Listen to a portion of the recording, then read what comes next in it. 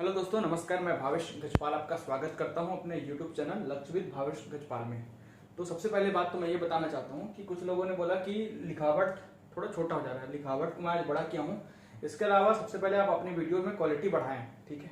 जो पिक्सल्स है उसको सेटिंग में जाके यूट्यूब में अगर कोई वीडियो खोलते हैं, जैसे आपने मेरा वीडियो ये खोला हुआ है, ठीक है, तो अपर राइट कॉर्नर में 3 डॉट्स बने होंगे।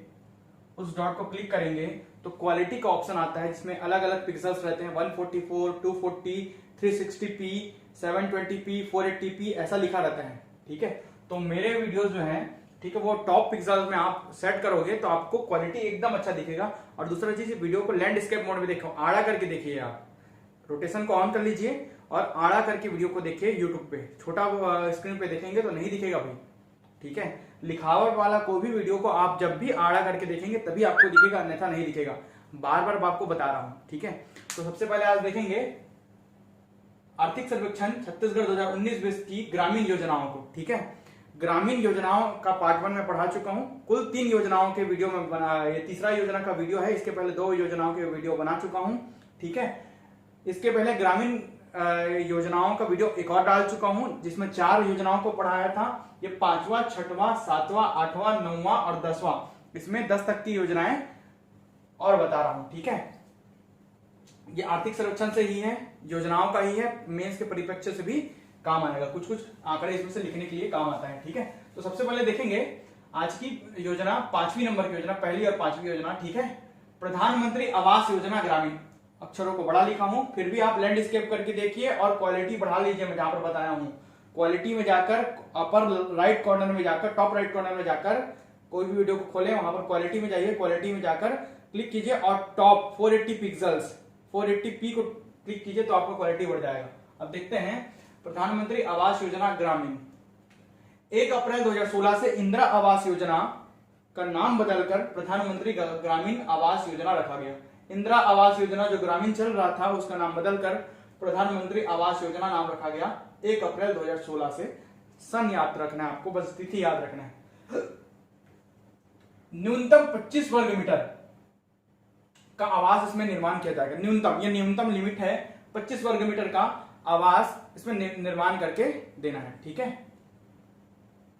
केंद्र और राज्यों का अंशदान, जो आवास निर्माण किया जाएगा उसमें जो राशि लागत लगेगी, ठीक है, उसमें केंद्र और राज्य का अलग अलग हिस्सेदारी होता है। मैं बताया हूं, एक तो तिथि पूछेगा प्री में या तो अंशदान पूछता है, ठीक है।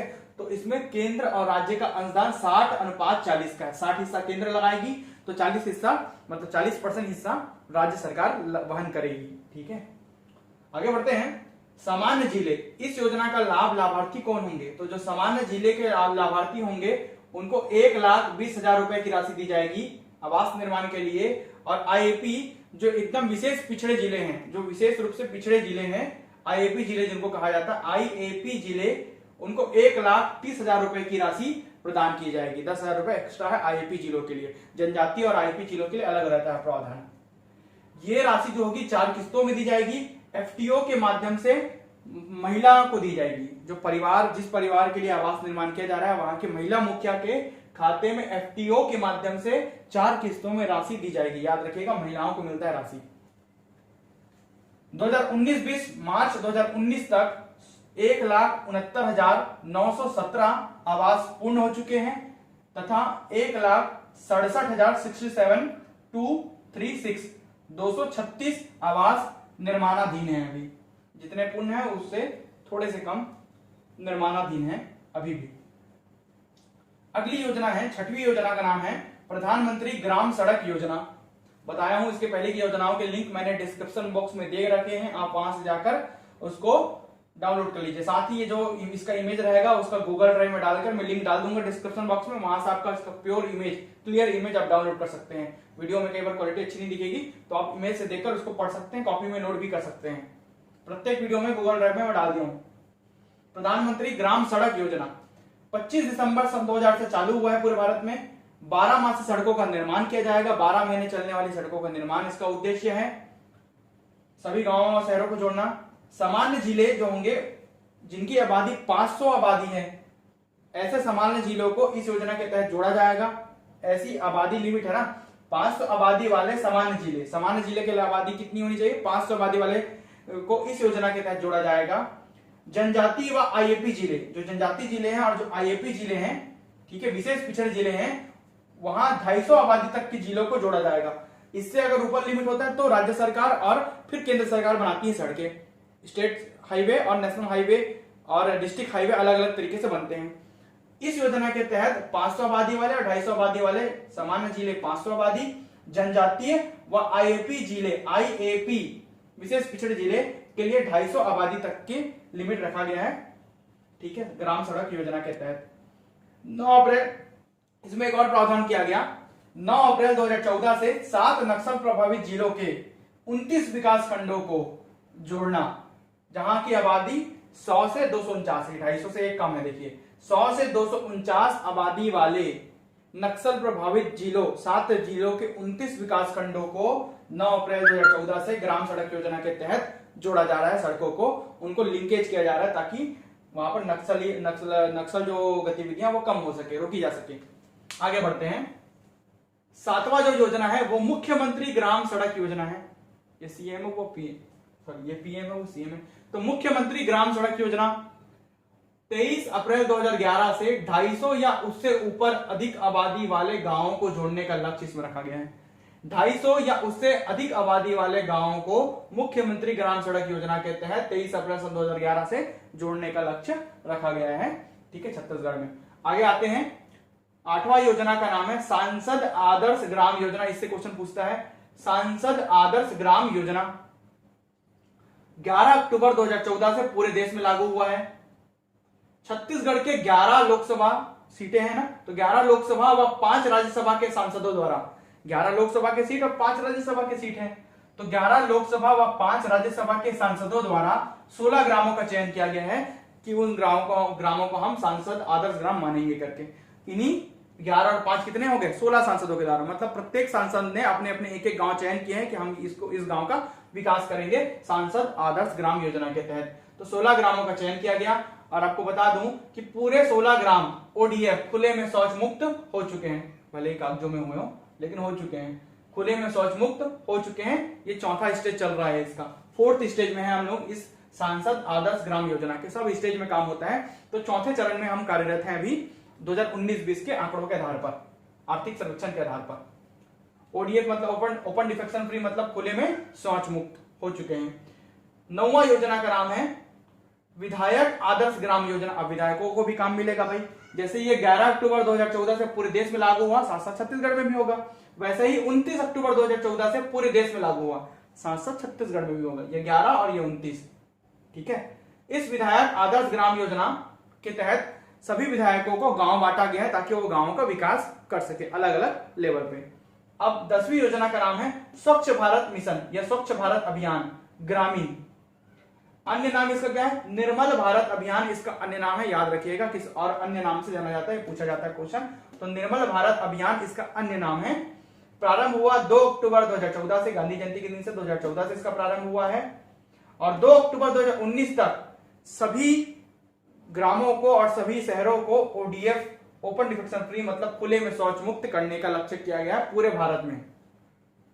2 अक्टूबर 2014 से 2 अक्टूबर 2019 तक लक्ष्य रखा गया था, जो कि कुछ को छोड़कर पूर्ण हो चुका है ना। तो छत्तीसगढ़ में 2 अक्टूबर 2018 तक ये लक्ष्य पूरा कर लिया गया था, तो हम एक साल पहले ही इसको पूरा कर लिए। 2 अक्टूबर 2018 तक इस लक्ष्य को छत्तीसगढ़ पूरा कर चुका है। सभी ग्रामों को खुले में शौच मुक्त किया जा चुका है, ठीक है, सभी जगहों को खुले में शौच मुक्त किया जा चुका है स्वच्छ भारत मिशन के या स्वच्छ भारत अभियान के तहत, अर्थात निर्मल भारत अभियान के तहत, ठीक है। इसके बाद मैं बताऊंगा श्यामा प्रसाद मुखर्जी। चलिए आगे देखते हैं 11वां नंबर का, Shyama Prasad Mukherjee rurban mission, rural plus urban, rural plus urban, ठीक है।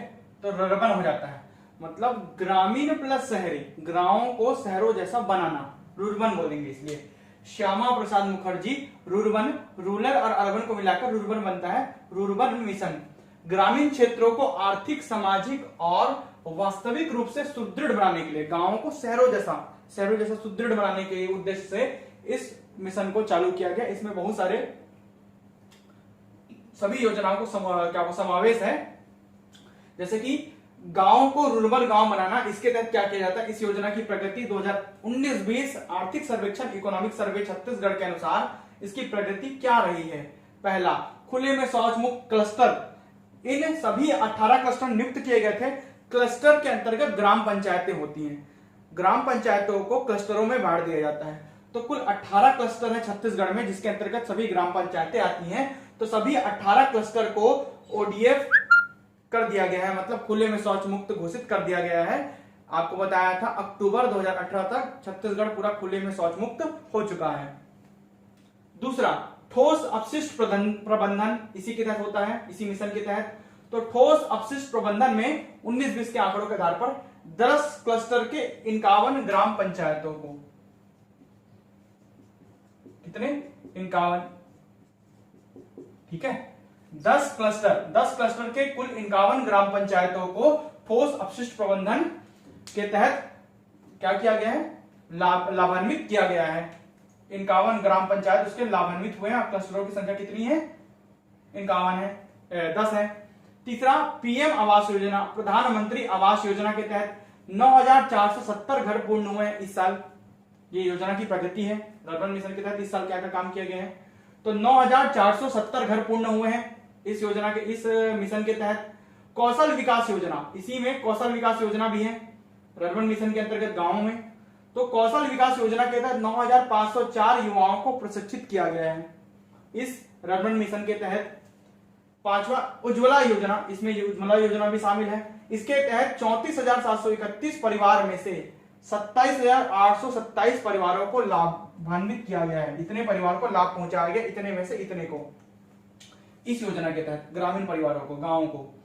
डिजिटल साक्षरता भी इसी में शामिल है। अर्बन मिशन के तहत गांव को डिजिटलाइज भी करना है।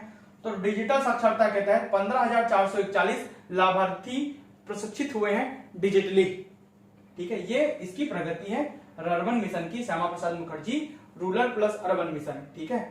12वां जो योजना है वो है RSETI, RSETI, सेती, rural self employment training institute, ठीक है। सेल्फ एम्प्लॉयमेंट ट्रेनिंग इंस्टीट्यूट है रूरल के लिए, गांव के लिए।